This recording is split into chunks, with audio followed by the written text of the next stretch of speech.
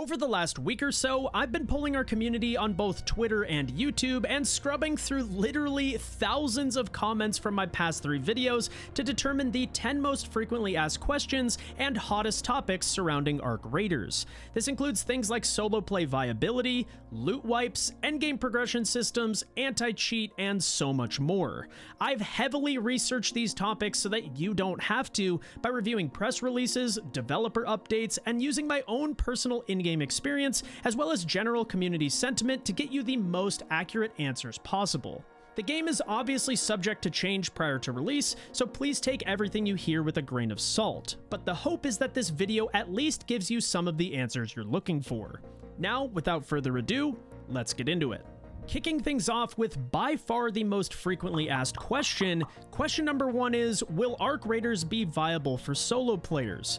I reviewed gameplay from several solo creators on YouTube and looked back on previous developer interviews to better understand their ideology behind the solo player experience, and by all accounts, it actually looks pretty promising. As a solo player, you can queue completely solo and expect to match against other solo players, at least the vast majority of the time. This doesn't mean you won't ever match duos or squads, especially during non-peak hours, but it should be a pretty rare occurrence. And if you choose to squad fill with randoms as a solo player, you are more than welcome to do so. This is an opt-in feature that is complemented by proximity chat and an in-game ping system with relevant dialogue to help bridge communication gaps between strangers. No solo experience will ever be perfect, but it seems like Embark has put a ton of thought into this. Question number 2, and arguably the hottest topic of today's video, is will Arc Raiders have forced loot wipes? And before I answer, there has been a ton of speculation from the community stating that loot wipes will 100% not happen. And that may very well end up being true, but keep in mind that this is all based on an interview from the design director that took place almost 6 months ago, stating that they are currently not planning any kind of forced wipe mechanic, at least not at this time. There has also been no official communication from Embark about wipe mechanics ever since, so even though it's probably leaning that way, I think we all just need to take a step back and wait to see what happens before speaking in certainties. Things are always subject to change. For those who are newer to the genre, extraction shooters are known for wiping your loot and resetting your progress every 3 to 6 months to keep the game fresh.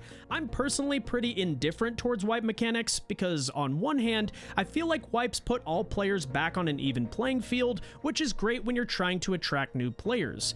And it's also refreshing to have to grind up your characters and chase endgame loot again. On the other hand, wipes can be extremely repetitive for a lot of players because you're doing the same quests over and over and over again. But I do think there's something to be said about mastering those quests and using experience from previous wipes to get them done more efficiently the next time around. But regardless of what Embark decides to do, wipes are not the only viable solution to an engaging endgame. Things like a prestige system, the newly teased trials mode with leaderboards and unique rewards that we covered in one of our previous videos, the addition of new endgame maps, and potentially even things like new game modes are ways that other studios have kept players engaged long term. Embark knows that they have lightning in a bottle with Arc Raiders, and I have faith based on how they've managed the finals that they'll deliver an experience that the Arc Raiders community will love. Question number 3. Does Arc Raiders support cross-platform play, and is it mandatory? In short, yes, Arc Raiders is confirmed to have cross-platform support, so you and your friends can play together on PC, PlayStation, and Xbox, with cross-progression as a confirmed feature as well. This will all be tied to your Embark ID, similar to how it operates with the finals. With that said, you also have the ability to opt out of cross-platform play should you so choose. Question number 4. Will Arc Raiders have a PvE-only game mode? I've seen this question a ton over the past few weeks. Escape from Tarkov is famous for implementing a PvE-only game mode, and a lot of people hoped that Arc Raiders would follow suit. After all, the game was originally announced as a PvE looter-shooter all the way back in 2021. Some people tend to shy away from PvP-oriented games because they either simply don't like them or are usually flying solo. With that said, Embark shifted to the extraction shooter genre because they felt that it was the best fit for their universe, and they haven't commented on a PvE-specific game mode since making this change. I'm personally a massive fan of extraction shooters myself, and I think Arc Raiders does a lot of things right to lower that barrier to entry, such as solo-friendly play as we mentioned earlier, the various progression systems with passive trees and mastery objectives that ensure you're always making progress, and the fact that the maps are large enough to give you a nice balance between PvE and PvP. Arc Raiders has great combat pacing, and I think the broader, more casual audiences will learn to love this game as well. Moving on to question number 5, how will Arc Raiders deal with cheaters?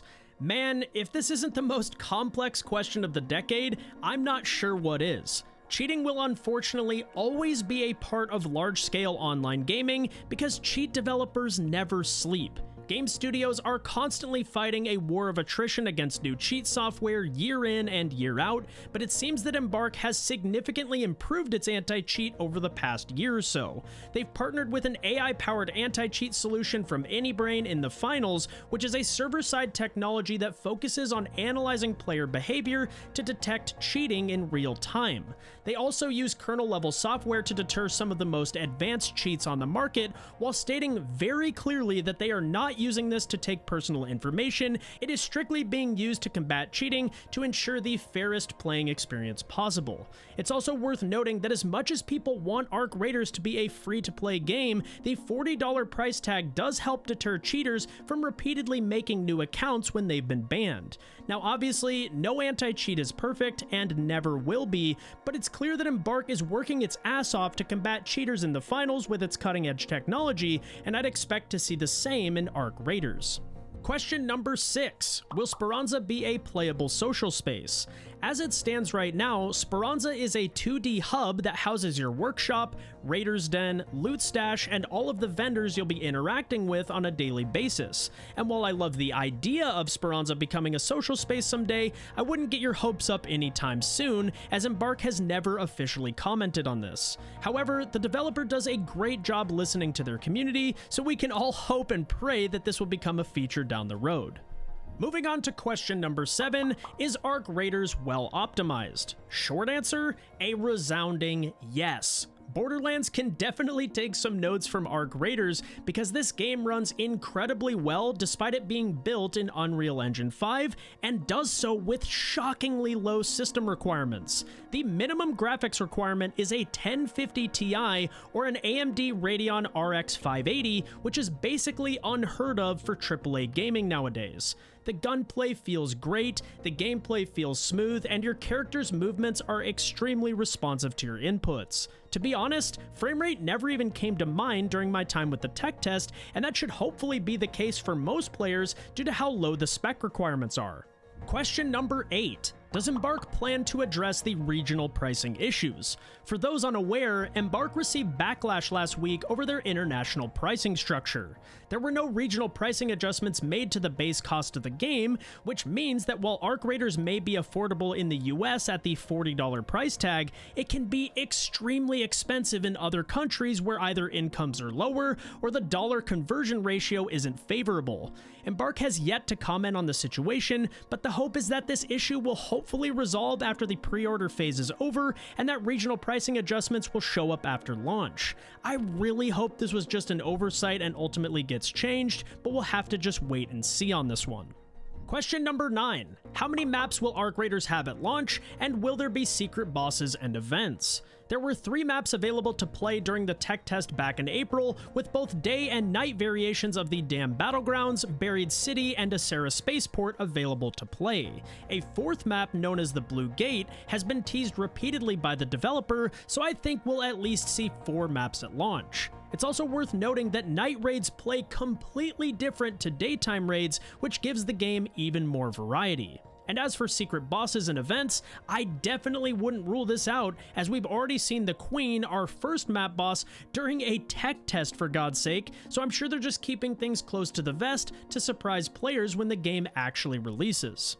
And last but not least, we have question number 10, arguably the most important question of the entire video, and that is, can we please fast forward to October 30th already?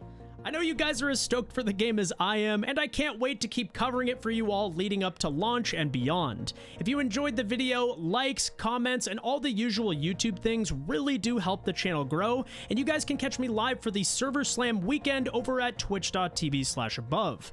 Anyways, that's it from me. Thank you all so much for watching, and I'll catch you topside.